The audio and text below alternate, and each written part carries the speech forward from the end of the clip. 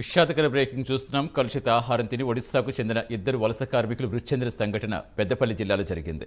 గౌరెడ్డిపేటలో MSR ఇటుక బట్టీలో పనిచేస్తున్న కార్మికులు కలుషిత ఆహారం తిని అస్వస్థతకు గురయ్యారు. వీరిని చికిత్స కోసం ఆసుపత్రికి తరలించారు. పలువురు కార్మికుల పరిస్థితి ఆందోళనకరంగా ఉండడంతో మెరుగైన చికిత్స కోసం కరీంనగర్ ఆసుపత్రికి తరలించారు. చికిత్స పొందుతూ ఇద్దరు మృతి చెందారు. మిగతా 13 మంది కార్మికుల్లో 4 పరిస్థితి విషమంగా ఉందని వైద్యులు తెలిపారు.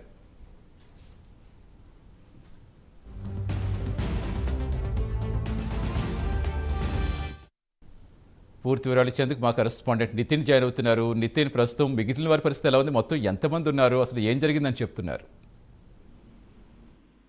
పెద్దపల్లికి సంబంధించి చూసుకుంటే మనకి ఇప్పటికే ఫుడ్ పాయిజన్ సంబంధించి ఇప్పటికీ 19 మంది కార్మికులు అస్వస్థతకు గురైతే పరిస్థితి ఉంది. దీనికి సంబంధించి వీళ్ళంతా కూడా కార్మికులంతా కూడా ఇటుక బట్టిలో పనిచేస్తున్న పరిస్థితి ఉంది. దీనికి సంబంధించి ఇప్పుడు మనం వివరాలు తీసుకున్నట్టు ఇప్పటివరకు మనకైతే పెద్దపల్లి జిల్లా గోరఖ్పేట్ ఎంఎస్ఆర్ ఇటుక బట్టిలో వీళ్ళంతా కూడా పనిచేస్తా ఉన్నారు. గత కొద్ది రోజుల నుంచి ఇటుక బట్టి ఎంఎస్ఆర్ ఇటుక బట్టికి సంబంధించి కూడా చాలా రోజుల నుంచి కంప్లైంట్స్ కూడా వస్తున్న పరిస్థితి అయితే ఉంది. అయితే వీళ్ళంతా కార్మికులు కూడా వీళ్ళకి ఫుడ్ అయితే ఉందో వాళ్ళ అంటే ఇటుక బట్టిలకు సంబంధించిన యాజమాన్యం ఎవరైతే ఉన్నారో వాళ్ళంతా కూడా కల్తీ ఫుడ్ వీళ్ళకి అందించినట్టుగా మనకి ఇప్పుడు చాలా రోజు నుంచి కూడా చెప్తున్నారు. దాంతో పాటు ఈ రోజు ఫుడ్ పాయిజన్ కూడా జరిగిన పరిస్థితి అయితే ఉంది. దీనికి సంబంధించి అయితే నిన్న మధ్యాహ్నం ఏదైతే జరిగిందో కలుషిత ఆహారం వీళ్ళంతా కూడా తిన్న పరిస్థితి ఉందని చెప్పి సంబంధించిన అయితే వీళ్ళంతా ఫుడ్ కలుషితం జరిగిన తర్వాత డాక్టర్స్ అయితే వీళ్ళంతా ట్రీట్మెంట్ కూడా చేయడం జరిగింది. స్థానికంగా ప్రభుత్వ ఆసుపత్రి కూడా తరలించడం జరిగింది. ఇప్పటికే దీనికి సంబంధించి ఇప్పటికే 2 వ్యక్తులు దీనిలో చనిపోవడం జరిగింది. మిగతా వ్యక్తులంతా కూడా తీవ్ర అస్వస్థతకు గురై చౌబతుకుల మధ్య ఉన్న పరిస్థితి అయితే ఉంది. దీంతో పాటు చూసుకుంటే పెద్దపల్లి జిల్లా వ్యాప్తంగా ఉన్న స్థానికంగా ఏదైతే ఇటుక బట్లకు సంబంధించి చాలా మంది కార్మికులు కూడా ఇదే పరిస్థితిలో ఉన్నారని చెప్పి ఇప్పటికే మన ప్రైమ్ న్యూస్ సంబంధించి ఇప్పుడు చాలా మంది కూడా అప్రోచ్ కావడం కూడా జరిగింది. దీనిపైన మన ప్రైమ్ న్యూస్ కూడా స్పెషల్ ఫోకస్ కూడా చేయడం జరిగింది.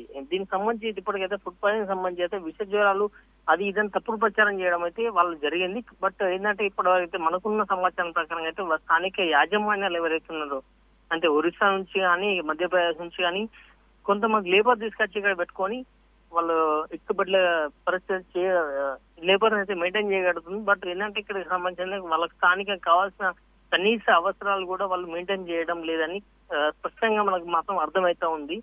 దీనికి సంబంధించి ఇప్పటికీ కలెక్టర్ కానీ స్థానికంగా సిటీకి కానీ సమాచారం కూడా పోయింది. వాళ్ళు ప్రత్యేకంగా దానికి సంబంధించి ఎంక్వైరీ కూడా చేయడం కూడా జరుగుతుంది. Right, thank you Nitin.